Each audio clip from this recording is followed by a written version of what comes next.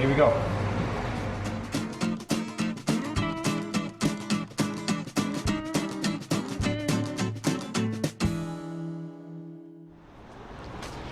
Hello guys, I am in Berlin. You can notice from the wall behind me. The goal was to see the wall, done, to visit a brewery. Now we'll go to visit the brewery and to eat the currywurst, something like that. I don't know the right pronunciation, but I will write here in the video and you will see later if I can taste it. So see you at the brewery. Okay guys, I found the brewery. They are already brewing the beer inside. Let's enter and speak with Timo that will give us some advice to brew at home. Hello, nice to meet you. Yeah, same here. Thanks for stopping by. Thanks for coming. Thank you for letting me come and to show the people your brewery and how you can make, how we can improve our way to make beer. So yeah, I prepared my pleasure. some questions. The first question, how we can pronounce the name of the brewery, because for me it's impossible. Yeah, it's called STRAßENBRÄU. Okay. It's very German. Yeah. It means Classic, street brew in English. Means? Street brew in English. Ah, okay. Yeah. Nice, cool name. So I prepare 4 questions because many followers of the channel ask about this problem when we make the beer at home. How you sanitize your fermenter, your tools, your bottle if you make beer at home? Yeah, I mean there's lots of different ways you can sanitize everything when you do it at home. Usually I would say it's enough to just use boiling hot water to sanitize everything. That's what I used to do. If you want to be a bit more safe, you can use STRAßEN, some chemicals, so to say, to clean everything, and this doesn't leave any residues in the product. My bottles I always used to put into my dishwasher and put on just a very hot wash, and then that was pretty much enough to sterilize them. Also easy because of the washing machine. Yeah, and I mean you can also use alcohol, just pure alcohol to clean and sanitize, obviously. Okay, thank you. Another question, do you have some advice on how to retain a perfect foam on the head? Because my foam always is a lot and after disappears. Disappears quickly, yeah. I mean, it depends, of course, on a few factors. One thing is that you should not have any residues in the glass that you pour the beer into. So if you have soap or something from a towel or anything in the glass, then that will kill the foam pretty quickly. Then the temperature plays one role, and of course the ingredients of the beer. So if you add more protein, like oat or wheat malt, then of course you get a nicer, stronger head as well on the beer.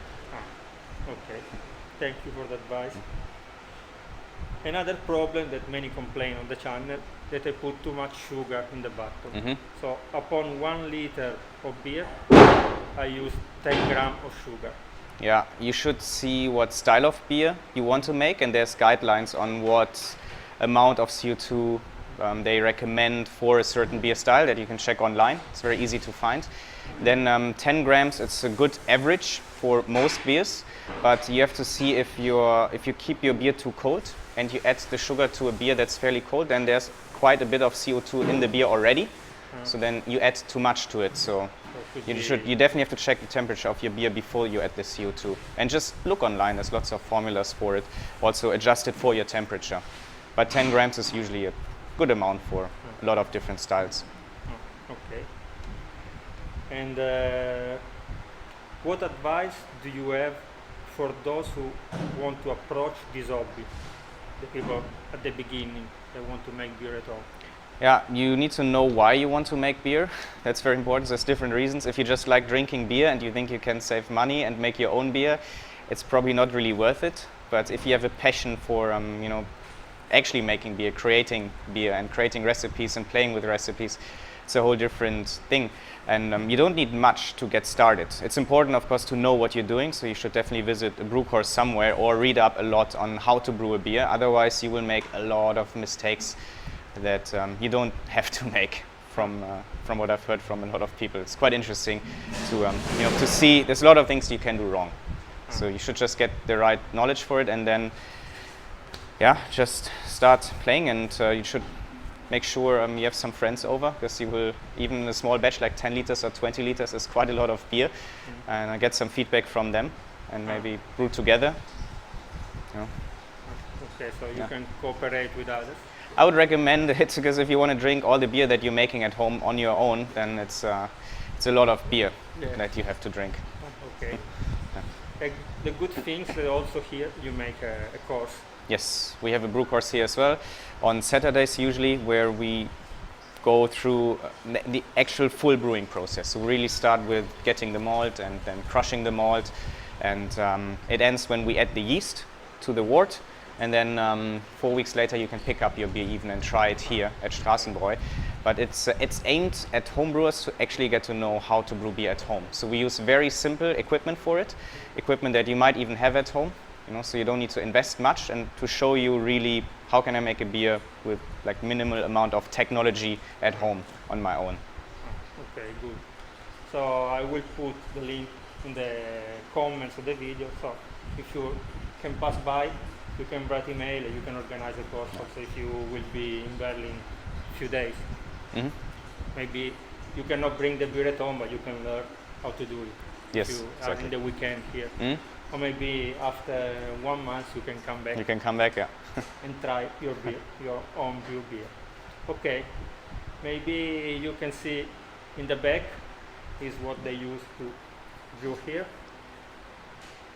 You want to say something, some description? Yeah, it's a 2 vessel system basically. So you can't see it, but it's 2 vessels on top of each other here that we have, and that means it's a lot of manual work here, because ideally you have 3. So, and it's lots of pumping. So we mesh in at the bottom, and then we have to pump everything up later when we want to mesh out to separate the grains, you know, from the wort, and then it goes back down for the boil, and then gets pumped back up again for the whirlpool, and then from there it goes into the fermentation tank. So a lot of cleaning in between and pumping up and down. But it's a good system, it works, it's very space efficient. For a brew pub, it makes a lot of sense because it uses just 1.5 square meters or so of space actually. And of course you need to have a lot of space around it as well, always, but it fits to a small location very well. Cool. So also if you come here to drink a beer, you can see everything is here. Yeah. Under the sun, we can say. They don't make something in the back that you cannot see. Yeah. Okay, maybe we can test 1 or 2 beer. Let's do it. Let's test the beer that they make. All right. Okay.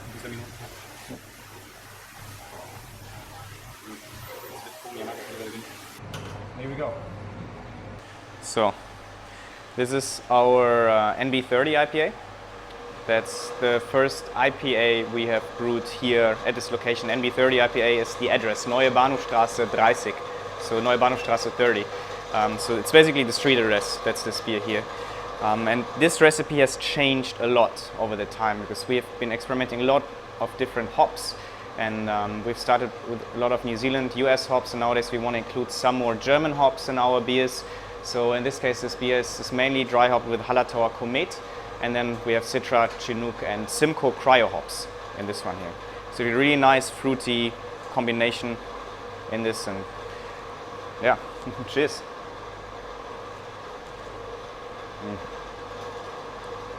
Yeah, nice.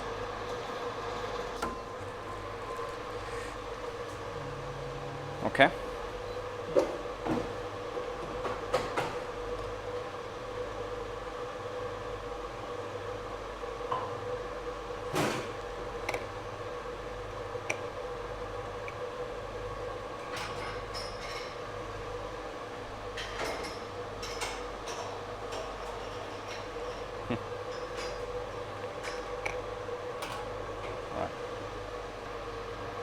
Yeah, so it's done. This beer is ready. It's yours? Yeah.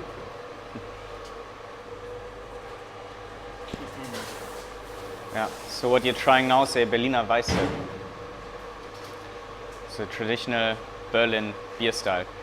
This is actually a barrel-aged Berliner Weisse even. Our brewmaster Seba here, his father is a winemaker, and we get all of his old barrels from Ticino, actually in Switzerland. And then we use those to make a lot of barrel-aged beers that can be strong like Belgian quadruples or triples or anything in that direction, or in this case when they're old enough, we use them for the Brettanomyces cultures because they love wood. And It's very fruity.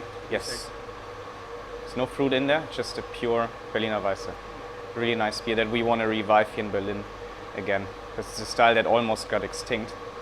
And I think especially in Berlin we have the obligation to make this beer. Very nice. Yeah, especially for summer. It's easy to drink, it's light, only has 3% alcohol. Yeah, good. Yeah. It's good for lunch. Yeah, it's a nice lunch Yeah. beer. It has a nice acidity, so it also, I think it's a perfect beer for this heat here. It's really hot right now. But do you have all these one? You do usually during the year, all the year. If somebody come to visit you, they can taste it. Or this one that, or you change? No, we do change. So we have up to 12 taps here. Number 12 is not on right now, but we have 6 beers that we try to always have. It can happen that sometimes there's always a little gap because it's hard to keep up with demand and always play in advance. Because you know it takes at least 6 weeks for a beer here to be ready and to be served. So the first 6 we usually always have, and then the other 6 we rotate. It's always different beers that we play with, because it's a small brew system here, you saw it earlier, and it's perfect for us to just experiment and try anything we want. So it's really our little test lab. You know, we can go crazy, and we have brewed over 1,000 different beers here already, and we have a lot of experience with different ingredients. And it's just fun. And we get feedback immediately from our customers here, so it's really good. So everybody that can come can try something new. Yeah, so even our regulars, they always, you know, almost every time they come back, there's a new beer on tap. So we do change maybe twice a week, one beer. Nice. Because I check on the website, there is the one with coconut. Exactly. Yeah. So a strange one, you can say. yeah, it's a really nice, cool beer. It's, I mean, it's very sweet. It's fairly strong, 8%. It's a nitrogenated beer, so there's no carbonation in it, or almost none. And it's brewed with actual coconut, with real vanilla, and with cocoa nips, so chocolate nips, and some lactose in there to make it even more creamy and like more velvety, sweeter mouthfeel. Okay. Thank you for showing. Yeah, all sure. these things. Thanks for coming by. I hope that they will come Yeah. visit you. We will put all the information in the comments and that's it. Nice. Thank you All right. Thank you very much. Yeah. Bye bye. Bye. Okay guys, the visit at the brewery was spectacular. Let's try to apply the advice that Timo gave all of us. And also I asked where I can eat the curry burst. He gave me a suggestion. If I find this restaurant, I will try it.